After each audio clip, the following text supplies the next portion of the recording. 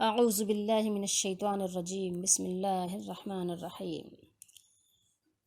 الحمد للہ رب العالمین والصلاة والسلام علی سید المرسلین۔ قرآن مجید کی تلاوت سے پہلے ہم کچھ قرآن مجید کے متعلق بات کریں گے، قرآن و حدیث سے ہی کریں گے۔ اللہ تعالیٰ نے قرآن مجید میں ارشاد فرمایا، اللہ نے فرمایا کہ ان ھذا القرآن یہدی للتی ہی اقوم۔ اللہ نے فرمایا کہ بے شک یہ قرآن وہ راستہ بتاتا ہے یا وہ راہ بتاتا ہے، آپ جو بھی ترجمہ کر لیں، ظاہر ہر ایک کی اپنی ایک ان کی لینگویج ہوتی ہے، ہر ایک کی اپنی جو ہے یعنی گفتگو کا ایک انداز ہوتا ہے۔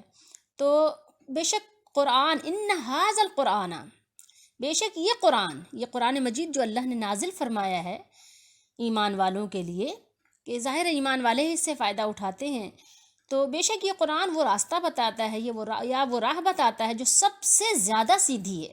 للتی ہی اقوم، یہ راستہ وہ بتاتا ہے جو سب سے زیادہ سیدھا راستہ ہے۔ سورہ بنی اسرائیل میں اللہ تعالیٰ نے ارشاد فرمایا۔ ابھی ہم شروع کریں گے انشاءاللہ۔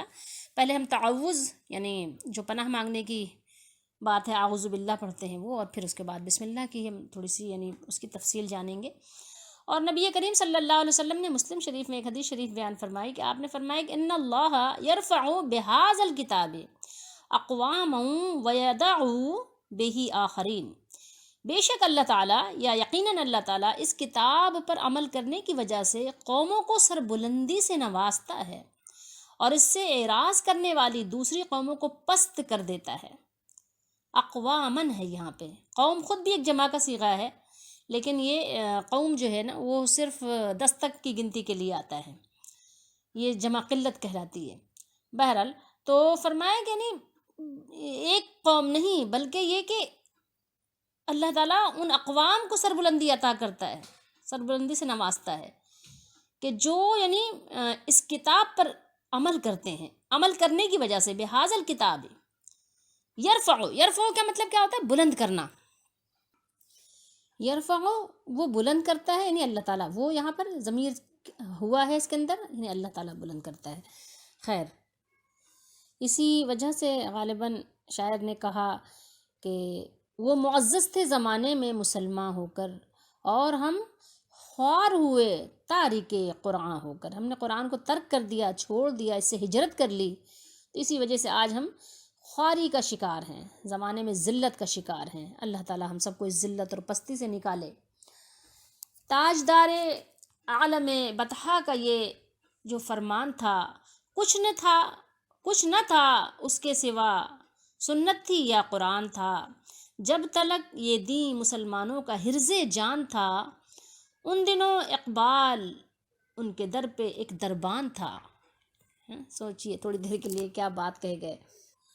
تو اس کے بعد ہماری یہ گزارش ہے آپ سب سے کہ قرآن مجید کی تلاوت سے پہلے آپ جو ہے اللہ سے دعا کریں کہ اے اللہ اس اپنے پاکیزہ کلام کو ہمارے دلوں میں اتار دے اور ہمیں اس کے سمجھنے کی توفیق عطا فرما، اور سمجھ کر اس کے مطابق ہمیں عمل کی توفیق عطا فرما۔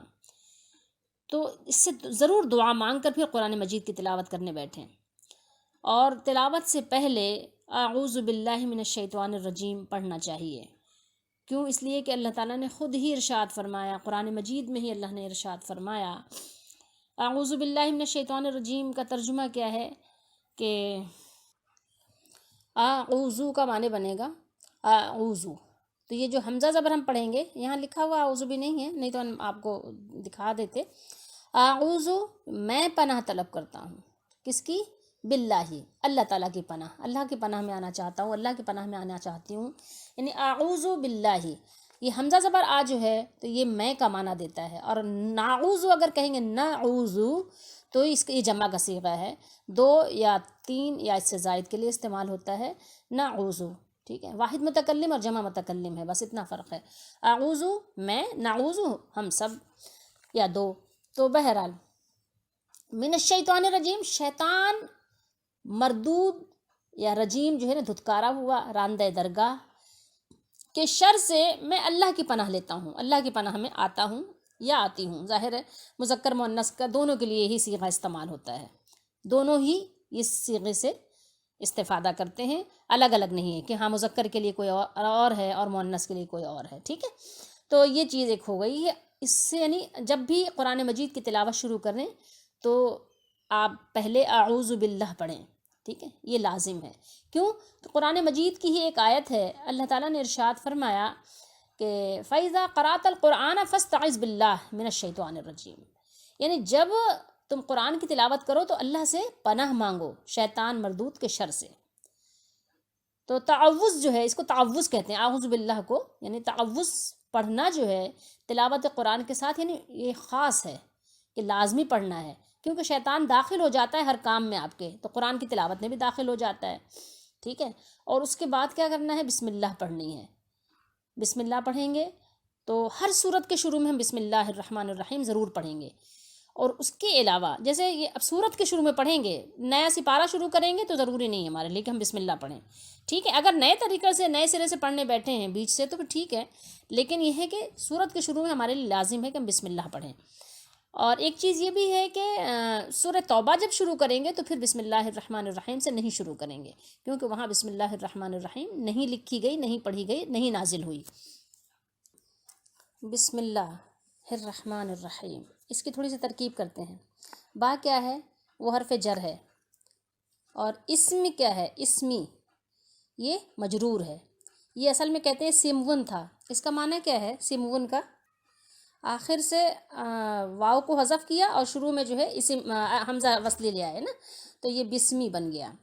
اچھا، تو اس کے علاوہ یہ سمون کا معنی ہوتا ہے، اسم کا معنی ہوتا ہے، آپ کو بتاتے ہیں کہ نشان زدہ، نشانی، یا جو ہے کیا کہتے ہیں بلندی۔ جب آپ کسی کا نام رکھتے ہیں تو ظاہر اس کی ایک پہچان ہو جاتی ہے نا، تو وہ ایک نشان اس کا بن جاتا ہے نا کہ یہ اس کی نشانی ہے۔ اس کی نشانی کیا ہے؟ جس کا بھی عبداللہ نام رکھ دیا، عبد الغنی رکھ دیا، فاطمہ رکھ دیا، زینب رکھ دیا، تو اس کی ایک نشانی ہو گئی نا، اس کا نام جو ہے اس کی نشانی ہے، ٹھیک ہے، تو وہ نشان زدہ ہو گیا، اس نام سے وہ موسوم ہو گیا۔ اور بلندی ہے، ٹھیک ہے، اس کا معنی بلندی بھی ہے، اسم کا معنی بلندی اور نشانی نشان زدہ، ٹھیک ہے۔ لفظ اللہ کیا ہے؟ لفظ اللہ یہاں پر موصوف بن رہا ہے، با حرف جر، اسمی اسمی جو ہے مجرور، تو جار مجرور، اب یہ کیا بنیں گے اس کو بعد میں بات کریں گے۔ لفظ اللہ جو ہے موصوف، الرحمن اس کی پہلی صفت، الرحیم اس کی دوسری صفت، ٹھیک ہے۔ موصوف اپنی دونوں صفتوں سے مل کر کیا بنے گا؟ لفظ اللہ اس میں ذات باری تعالی اپنی دونوں صفتوں سے مل کر، یعنی صفت اول اور صفت ثانی، ان دونوں صفتوں سے مل کر مضاف بنے گا، ٹھیک ہے۔ تو مضاف مضاف الیہ مل کر کیا بنیں گے؟ مجرور، مضاف مضاف الیہ مل کر جو ہے مجرور بنیں گے، اور پھر جار اور مجرور مل کر متعلق ابتداء فعل محذوف، ٹھیک ہے۔ اس میں کوئی چیز محذوف ہے نا، اس میں کیا محذوف ہے؟ شروع کرنا محذوف ہے، ٹھیک ہے، شروع، اس میں شروع کا کہیں تذکرہ نہیں ہے، تو یہ محذوف ہے۔ تو فعل محذوف کے ابتداء فعل با فاعل، فعل اپنے فاعل و متعلق سے مل کر لفظاً کیا بنے گا؟ جملہ فعلیہ خبریہ بنے گا لفظاً، اور مانن کیا بنے گا؟ جملہ انشائیہ یہ ہوگا، ٹھیک ہے۔ یہ اس کی ترکیب کروائی جاتی ہے تاکہ ایک ایک لفظ کو جو ہے پڑھنے والا مبتدی جو ہے وہ سمجھ جائے کہ کیا ہے، کہاں پہ کیا بن رہا ہے، کیا کیا معنی اس کے نکل سکتے ہیں، کیا چیز اس کے اندر محذوف ہے۔ تو یہ ساری چیزیں ہوتی ہیں جو بچے پڑھتے ہیں ان کو بھی سب چیزیں بتائی جاتی ہیں، پڑھائی جاتی ہیں۔ تو اس کا ترجمہ اس طرح کریں گے ہم، پڑھتے وقت کریں گے کہ اللہ کے نام سے پڑھنا شروع کرتا ہوں، اقرأ، اقرأ محذوف ہے، اور لکھنا شروع کریں گے تو کیا؟ اکتبو، اور کھانا شروع کریں گے تو کیا؟ اکلؤ۔ اسی طریقے سے ہر چیز کا ہے، تو اس کے اندر یہ چیز محذوف ہوتی ہے، جو بھی آپ شروع کریں گے اسی چیز سے آپ اس کو نسبت کریں گے کہ اللہ کے نام سے یہ کام شروع کرتا ہوں، یا شروع کرتے ہیں اللہ کے نام سے یہ کام شروع ہے، مطلب جو بہت ہی مہربان ہے۔ بہت کا ترجمہ کیوں کیا؟ کہ دونوں ہی مبالغے کے صیغے ہیں، تو اس لیے بہت زیادہ کا ترجمہ اس کے ساتھ آتا ہے۔ مبالغہ یعنی کسی چیز کو بہت زیادہ بڑھا کر کرنا، اور یہ اللہ ہی کی صفت ہے کہ اللہ تعالیٰ کا ہر نام جو ہے نا وہ مبالغے ہی کے لیے ہے تقریباً، اور یہ اس کے صفاتی نام ہے، ٹھیک ہے۔ ذاتی نام اس کا لفظ اللہ، اس میں ذاتی باری تعالیٰ ہے، اور یہ باقی سب اس کے صفاتی نام ہیں، اس کی صفتیں ہیں۔ یہ رحمان صفت ہے، رحیم صفت ہے، کریم صفت ہے، بہت جتنے بھی 99 نام ہیں یا اس سے زائد جو بھی نام ہے اللہ کے، سب صفاتی نام ہیں۔ یہ بسم اللہ الرحمن الرحیم کی بڑی فضیلت اور برکت ہے۔ اسلامی آداب معاشرت میں بسم اللہ کو اہم مقام حاصل ہے۔ ہمیں ہمارے ہادی و مرشد صلی اللہ علیہ وسلم نے سمجھایا، بتایا، پڑھایا کہ ہر کام شروع کرنے سے پہلے کیا کہو؟ بسم اللہ۔ یہاں تک کہ فرمایا کہ اپنے دروازے جو ہے وہ بسم اللہ پڑھ کر بند کرو۔ جب دروازے بند کرو تو اللہ کا نام لیا کرو، اور جب اپنے چراغ بجھایا کرو تو اللہ کا نام لیا کرو، اپنے برتن ڈھانپو تو اللہ کا نام لیا کرو، اپنی مشک کا منہ باندھو تو اللہ کا نام لیا کرو۔ تو کیا مقصد ہے کہ ہر چھوٹا کام ہو یا بڑا کام کرتے وقت انسان اپنا سارا کچھ اپنے مالک حقیقی کے سپرد کر دے، اس کا نام لینے کا خوگر ہو جائے، تاکہ اس کی برکت سے مشکلیں آسان ہوں، اس کی تائید و نصرت پر اس کا توکل پختہ ہو جائے۔ یعنی ہمارا کیا توکل؟ اپنے رب پر، اپنے مالک پر پختہ ہو جائے۔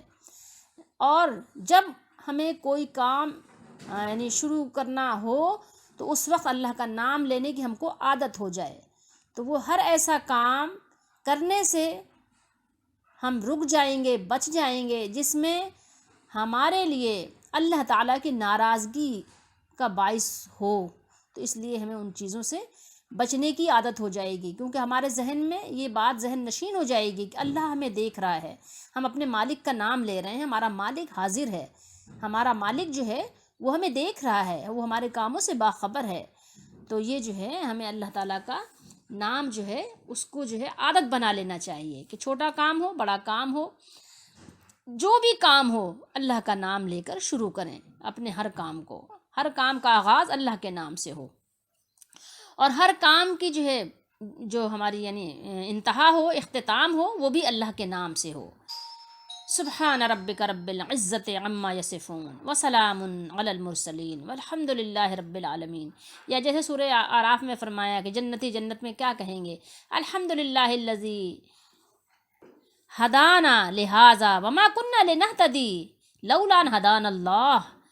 تو اللہ تعالی ہم سب کو توفیق بخشے انشاءاللہ۔